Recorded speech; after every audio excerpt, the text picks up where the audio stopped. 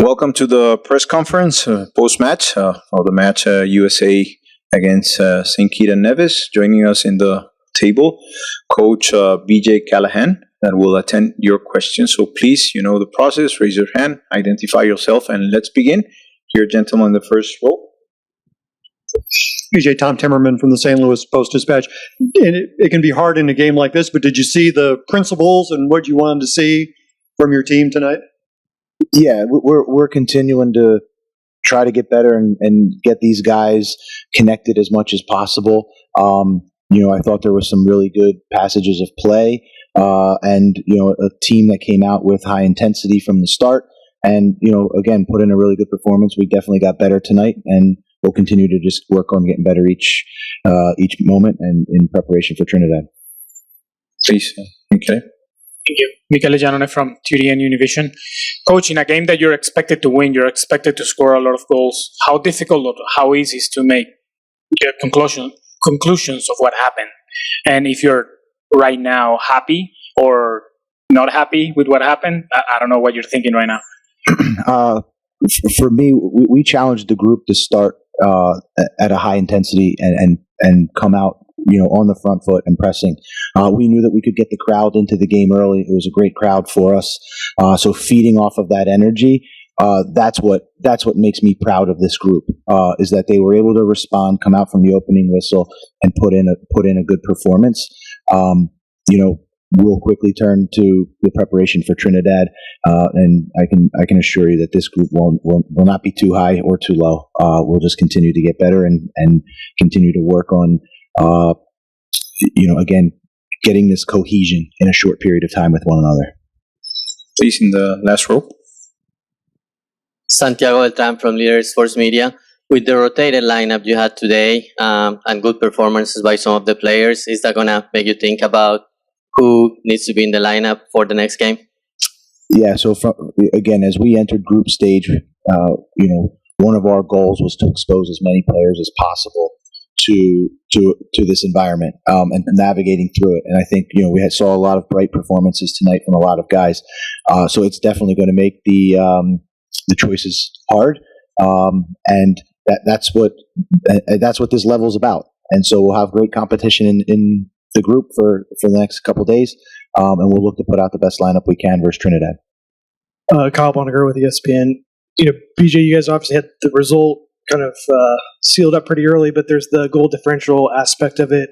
How did that factor into how do you approach the second half? And then if you could just touch on Georgie's performance tonight. Yeah, from minute one, it was about being intense and trying to score goals, and I thought we were able to do that. At halftime, it was the same exact message. We needed to put another 45 minutes in. There was probably more goals out there that we had in chances. But I mean, overall, you still have to be happy with the performance. Specifically about Georgie, I thought he showed his quality. He's a player that is really comfortable in between the lines, and as he gets closer to the penalty box, he becomes a real threat. Whether it's from running behind the back line, arriving in the penalty box. So I thought the performance we saw from Georgie is the performances that we expect from him. Coach here, Dan Manzano for Telemundo Kansas City.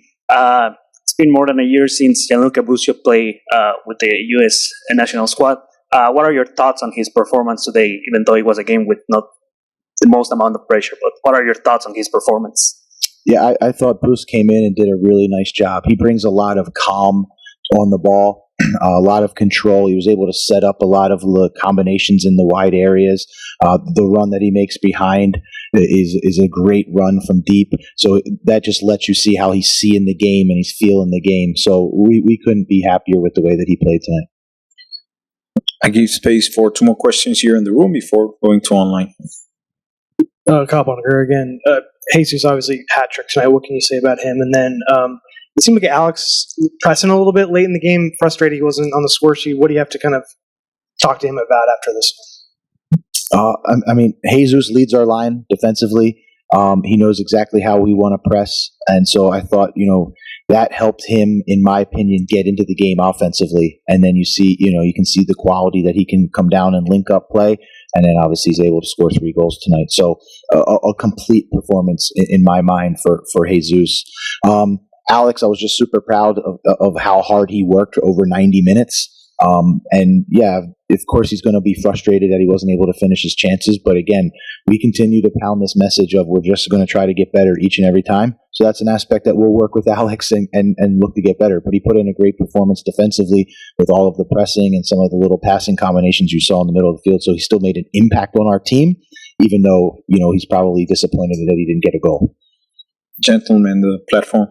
Kevin Ryans with Fox 2 News in St. Louis. Thank you very much. I appreciate it. Just you said you wanted to score a lot of goals. How much did the fans, the atmosphere, and how fired up they were help you guys tonight and kind of push you over to what you wanted to do today? So for me, this is a lot of our first time here. And the 2 days leading up training, every player that I've coached that plays for St. Louis would come up to me and tell me, you guys, you wait till you get here and feel the energy of the fans. So, Josh Yarrow, Tim Parker, guys like that, they were all just, they couldn't speak more about the energy in the stadium. So I can tell you that we were anticipating that, and we knew that we could use that to our advantage from minute one, and I thought we did. Okay, I'll open the floor to the online questions. Please, Andrew Jones.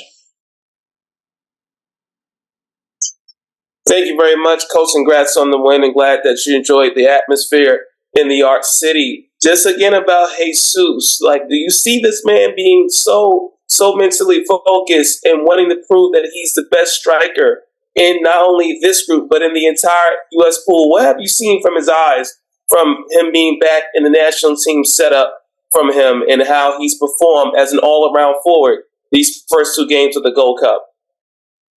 Yeah, I mean, again, for me, Jesus, it starts with his ability to lead our line against the ball. And he right even in the beginning, you saw him almost steal the ball in the first 30 seconds of the game. So he's a relentless player. He's got a great feel for the game that can come down and link up, makes these little darting runs in behind the back line. And for me, you see this now, this desire from him that he understands that there's, as a number 9, you have the pressure to score goals, and that's a pressure that he's leaning into. He wants it. He's driven by it. And then the completeness of his game is that you see the high level of selflessness from him, and that's what makes him, a great teammate and somebody that we're all, supporting. Will Clark. Go ahead. Hey, Coach. Will Clark from Soccer Pints. Great performance tonight. Lots of positives on the pitch. 2 quick ones for you here. You spoke about him earlier, but Gianluca was lively in the first half, generated 2 assists to kind of kickstart things. Was there any specific reason as to why he was subbed off at half? And then secondly, if you were to critique anything about the performance tonight that the team needs to work on heading to Charlotte, what would that be? Thank you. Yeah, so the sub for Busio was basically almost a planned sub, knowing that he needed to come, from his fitness where he was, where he's getting to. So, and always trying to put the player first and being cautious with that. So it was nothing indicative of his performance. It was already something that we had anticipated. Again, if I'm trying to be critical of where we are, I think we can again still improve in offensive transition. We can still improve in set pieces, and we're going to just continue to look to get better each and every day, hitting a lot of different aspects and really trying to build the cohesion in this group. As even though we have short periods of time between games. Final question for Kyle Bond, please. Thank you, Coach. Kyle Bond from the Sporting News. The defensive line didn't really get taxed tonight as much, maybe as they would against other opponents. But what did you see from Jalen Neal tonight? He seemed to have some contributions on both ends of the play. I think our back line was challenged in a different way tonight. There was a lot of direct play that they had to win aerial duels. A lot of tackling. Obviously, we had fullbacks in the attack, so they had a lot of space to cover in our defensive transition, the opponent's offensive transition. So, even though they may not have felt like we were under pressure, I thought there was a lot of individual plays that they needed to make for us to continue to sustain attacks. So I thought Jalen and Matt Miazga did a very good job in handling that. And then again, Jalen continues to just bring the calm in the passing, and some of the passes that he played to break lines and accelerate our attack, and to continue it was really high level. So again, I thought the entire back line did a really good job. The two center backs with dueling and winning second balls, James Sands and Aiden Morris coming down, winning second balls. And then obviously you have DeJuan Jones made some great passes, breaking lines, playing ball into Cade Cowell. And then what can you say about Brian Reynolds? Stepped in and, on his birthday, scores a goal. And, I thought I had a really, really good performance as well. Thank you, Coach BJ, and safe travels to Charlotte.